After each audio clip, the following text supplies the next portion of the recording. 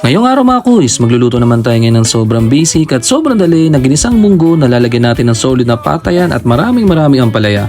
Masarap nga ito mga kuys kung meron tayong talbos ng ampalaya, tas malunggay.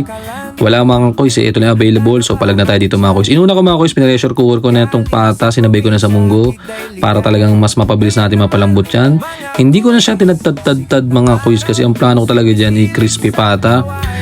Tama-tama mga kuys, Sabado ngayon kaya ibay natin kasi usually nagluluto ako ng munggo talaga pag Biyernes lang. Ngayon babaguhin natin mga kuys, magluluto tayo ng Sabado ng pata mga kuys. Sinabay-sabay ko na mga kuys, ginisayang sibuyas, bawang at kamatis mga kuys. Mas maraming kamatis, mas masarap. Tapos technique niya mga kuys, lutuin yung maigi mga kuys, gisahin yung maigi hanggang magkadurog-durog yung kamatis ang parang ganyan para makaiwas din tayo sa panis mga kuys. Kasi isa yan sa nagiging dahilan mga kuys pagka medyo may tira tayo ng munggo tapos hindi nailagay sa rep, matik yan mga kuys, mapapanis yan pag hindi natin naluto nang maayos yung ating kamatis. Kasi mga kuys, binuhusan natin mga kuys yung ating munggo dyan na pinressure cooker natin kanina at saka yung pata. Haluin na natin ito mga kuys, at saka na tayo magtitimpla kasi wala akong nilagay na timpla dun kanina nung nilagay ko sa pressure cooker. Yan mga kuys ha. Ang gusto natin dito yung sakto ang may higop tayong sabaw. Minsan mas trip ko yung talagang malapot na malapot, pero ngayon yung medyo masabaw-sabaw naman para naman masarap ang higop natin ngayong gabi. Pagkatapos yan mga kuys, maglalagay tayo dyan ng shrimp cubes.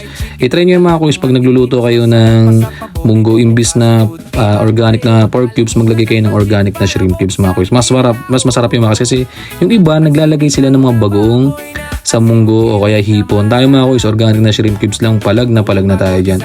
Tapos yan mga kuys, ang pinagtataka ko talaga sa mga karinderya, bakit tuwing Biyernes lang talaga sila nagluluto ng munggo.